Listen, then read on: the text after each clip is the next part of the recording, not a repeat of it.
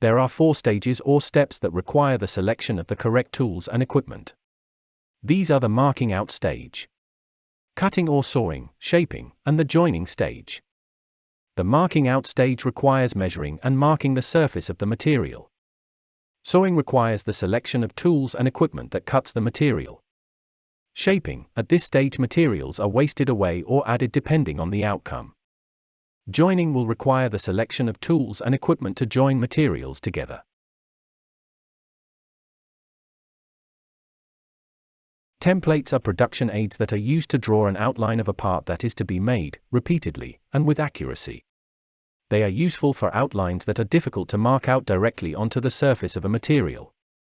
A jig is a tool that is made specially to complete a specific part of the making process.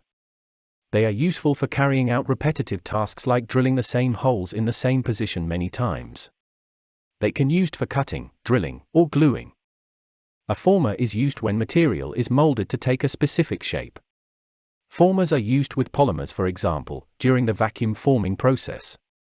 A mold is used when molten material is shaped into a 3D shape. Molds have cavities or empty spaces where the molten material is poured and then left to cool down.